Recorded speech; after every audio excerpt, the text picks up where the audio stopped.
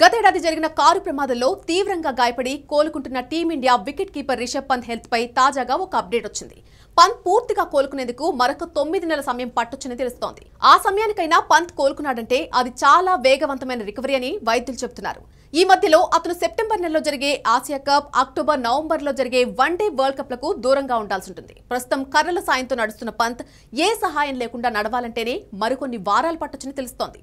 దాంతో వన్డే ప్రపంచ కప్ కు పంత్ అందుబాటులో ఉండడని తేలిపోయింది. మరి అతని ఆల్టర్నేట్ ఎవరు అన్నదే టీమిండియా అభిమానులను ప్రస్తుతం వేధిస్తున్న ప్రశ్న. సెలెక్టర్ల పరిశీలనలో చాలా మంది పేర్లున్నప్పటికీ ఎవరిని ఫైనల్ చేస్తారన్నది ఆసక్తికరంగా మారింది. ట్రాక్ రికార్డ్, వరల్డ్ కప్ సమయానికి ఆటగాళ్ల ఫామ్ ను పరిగణలోకి తీసుకునే ఈ ఎంపిక జరుగుతుందని అంతా భావిస్తున్నారు.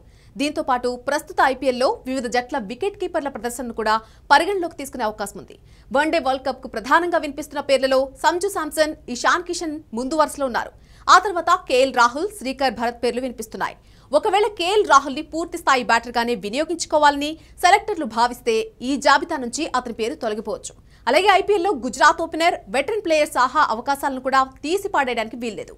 ప్రస్తుత ఫామ్ దృష్ట్యా వన్డే వరల్డ్ కప్ కు సాహా అయితేనే బెటర్ అని చాలా మంది అభిప్రాయపడుతున్నారు.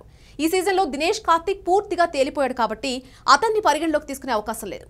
వీరే కాక యువ వికెట్ కీపర్లు ఐపీఎల్లో తమ అదృష్టాలను పరీక్షించుకుంటున్నారు. మరి సెలెక్టర్లు ఎవరిని ఫైనల్ చేస్తారో వేచి చూడాల్సిందే.